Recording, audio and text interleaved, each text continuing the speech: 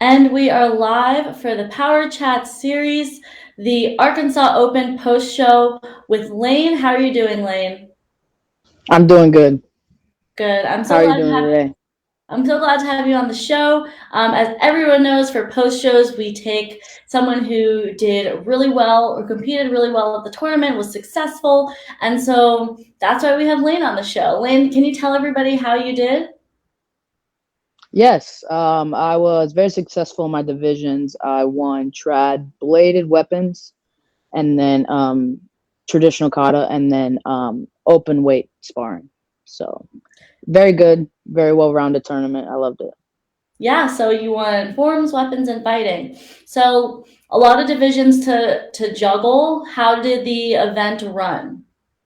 Oh shoot. Event ran super smooth. I couldn't ask for anything better. Definitely on time. If not, if the people were there, I mean we were running it early. Um Super smooth from registration to judges to the main people running it, Promac, Holly, Joey, and then of course Charles Garrett, which that was his tournament. So amazing tournament. Couldn't ask for anything better. Amazing competitors, amazing location, nice high school. Um, just all well rounded tournament. Definitely want to go back. So you've been to a couple of the different Promac events. What do you think? Do you think this sort of held up to the standard of Promac and its other events, and what sort of makes Promac events stand out? Yeah, so there's not a bad Promac event. Put it that way. Registration's always on top of things. If there's a problem, it's gonna get fixed right there. And then Promac always has this, I would say, high standard of judging. I mean, all their judges are certified. Mhm. All their judges have gone through training and know what they're looking at, whether it's sparring, katas, traditional katas, extreme.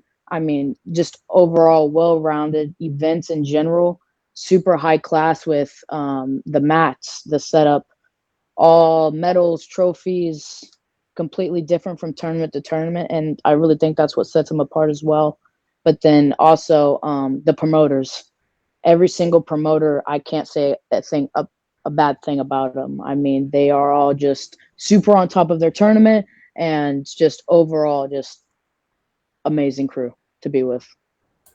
And so you are wearing your Team Revolution shirt. You have Kaylin, one of your teammates, commenting, "Love you, Lane." Tell me a little bit more about how you got on Team Revolution and what that team is like.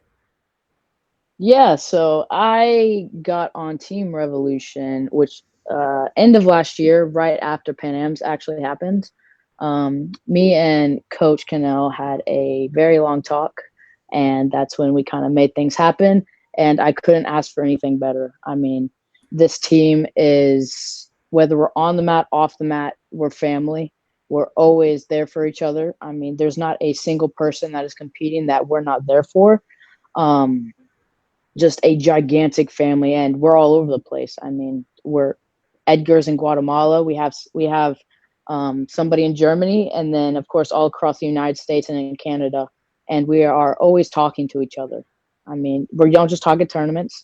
We talk pretty much every day, and including everybody in the chat. I mean, always helping each other in and out of tournaments. Hey, how'd you do? Hey, how can we improve? So Does that just love include, when the. you say talking to each other, not at the tournaments, does that include like group chats, Facebook Messenger chats? Do you stay in contact after the tournament or like about your training and things like that? What's that look like? Yeah, so as a team, we are very on top of training. Of course, we do have Edgar and Coach Kyle Reed for sparring, and they are very on top of all of their athletes that do compete and train and spar, and then all of the forms competitors as well. I mean, Coach Cannell tries to keep everybody just on top of their game, and we always check in on each other. He's always checking in on us. So when it comes to tournaments, like we have Ocean State's coming in 2 weeks, he make sure that we're ready for it. And then if we're not, we figure out a way to get ready. So Ocean State's your next tournament. How active have you been this season so far on the circuit? NASA circuit. In general, in the martial arts circuit, in competition? So this season, I'm actually pushing for more tournaments than I actually normally do, only because I've kind of stepped up my game. I'm actually placing now. I'm actually, up there with the high level athletes, and we are just it's fun, you know, Mm-hmm. it's fun. I can't say anything less about it. So I we're pretty much on track to go to all NASCAR tournaments, all 6A NASCAR tournaments, and then we do have the Pro Mac tournaments that are in Arkansas and then Texas and the surrounding areas that we've definitely hit. And then I try to hit a couple Texas local tournaments as well, just for the practice. What did it take, would you say, to go and reach this high level of placing among the top athletes in your division? It takes hard work. I mean, as cliche as it sounds, it does. It takes consistency on and off the mat with your eating, drinking water, working out, not just working on your katas and forms and your sparring, but also just working out in general for your overall health. We may only be 20, 21, 18, but we do have joints, we do have bones, we do have ligaments that can tear. So to keep ourselves in shape, on and off the mats is really what it takes, and just staying consistent with all of that. Okay. And now you are a competitor, but also you have students, you're an instructor as well. Talk to me a little bit more about that. Yeah, so we do have I do help with the school here called Stars Martial Arts, that is run by my head instructor, which is Mr. Haggard, and I help him with classes. We have classes all through the week, and then I kind of help with that as well. And then I do have my privates, of course. I hit those pretty much before I come to class after work, and then that's pretty much it. And then of course I have my own privates, and it's an ongoing roller coaster of getting better. So, a part of it is teaching the next generation, but also yourself continuously learning and evolving. Who do you take privates from? Who are your role models in martial arts? Yeah, of course.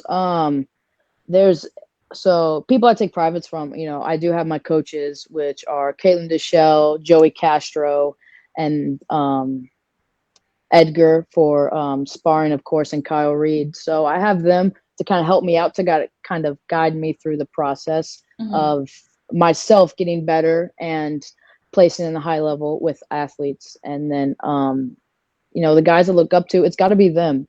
It's got to be them, and it's also got to be, the guy that got me into it, which is my head coach, Mr. Haggard.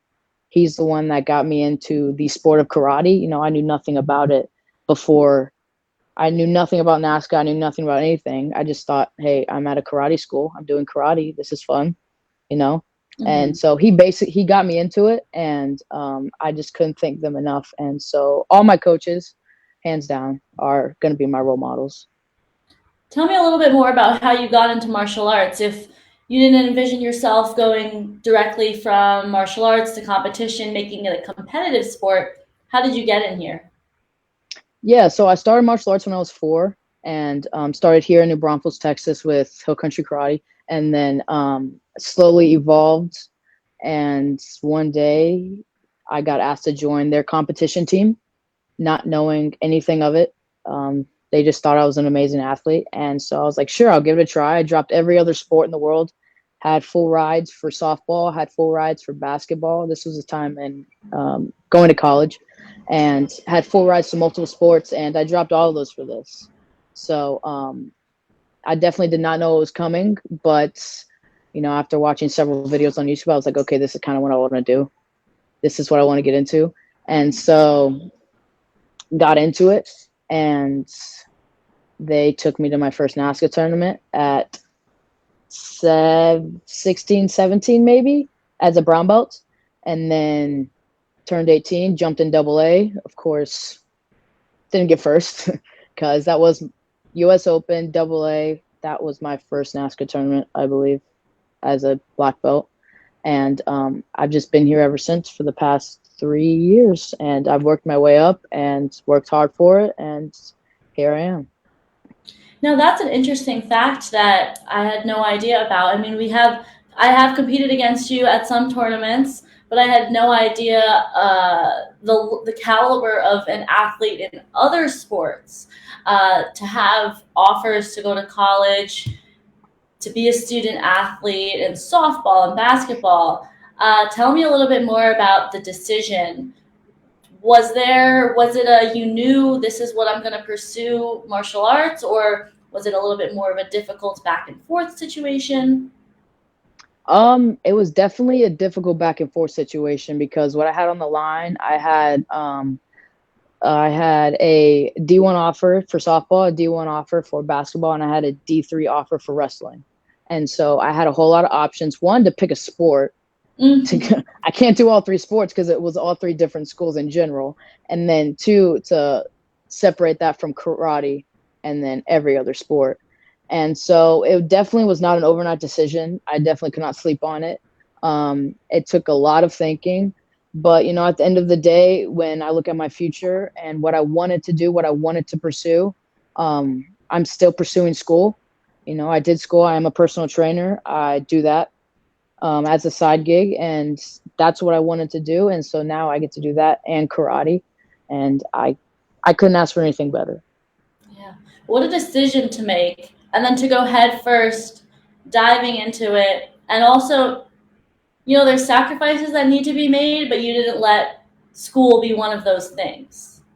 Correct. Yes, I made sure school was number one because growing up, that was always the case. Mm-hmm. My parents didn't care. Yeah, I had to be a karate, but if I was failing, I was failing. You're not going to karate. So school was definitely our number one base, and it always will be. And so as long as I keep that on track, and I plan to pursue school even more. So it's a life. What do you mean by pursue school more? Like a master's degree? Yeah. So there's always been a thought of me getting my doctorate or master's, or what I wanted to do was actually go into orthopedic surgery. And that was, again, one of the setbacks was if I went to school or I did karate, So orthopedic surgery, you obviously have to go to school for. So I did pick physical therapy for now, but I plan, still thinking about it, maybe go back to school orthopedic surgery and get the doctorate and then just do what I've always wanted to do and put and then put karate on top of it. It's it's a life I'm shooting for. Yeah. It's, people go to med school after 10, 15 years. It's always one of those things that you can come back to, which Of is course. great. And it's always interesting to see the amount of martial artists that go into something related to the body, whether it's physical training, it's physical therapy, it's being an orthopedic surgeon. Can you tell me a little bit more about what led you to this industry? I've always been, going through starting karate at 4 and then, middle school sports, high school sports. I've always been a natural athlete. And so in middle school, eighth grade summer, when I was like, okay, I'm going to start lifting, start taking care of my body, I definitely got into it and just in my free time, looked stuff up, kind of educated myself. And that's when I just became, you know, a beast. A beast because, not only do I practice my forms, sparring and everything, but I work out. And I just think that's just what led me to where I am today and how I have became successful as I am now, and then have just set me up for future success. Your coach commented cap fire emojis. Um, coach Cannell has created what seems to be a very supportive team. I think this is some of the most comments I've gotten for a guest on my show. I see the green hearts, the black hearts, the white hearts, the muscle emojis, but it seems like a very supportive environment and a team. And are you anticipating seeing some of your team members at the next tournament, Ocean State? Yes. So we have a lot going to oceans, and then we have a lot going to battles. So the next few NASCAR tournaments, I mean, expect to see a lot of green and black in the crowd and on stage and in the rings. So now your goal for this martial arts season, whether it be on Promac or on the local circuit, national, international, what are your goals this karate season? Yeah, of course. So when it comes to Promac, which I call my local tournaments, it's going to be to win 2 to 3 grands in one tournament. You know, I always try to shoot for that because I have high expectations for myself as I naturally do. And so that's my goal for that. And then NASCAR season, you know, stepping on a nitro stage. And then, you know, once I step on that stage, next step to win, you know, win the overalls. And we're going to go from there one step at a time. Alrighty. Well, thank you so much, Lane, for coming on the Power Chat series and for also everyone watching and all your support of both Lane and the podcast. Yes, thank you guys so much. And again, have a great night, and I hope you enjoyed the show with Lane. Yes, thank you guys. Y'all have a good one.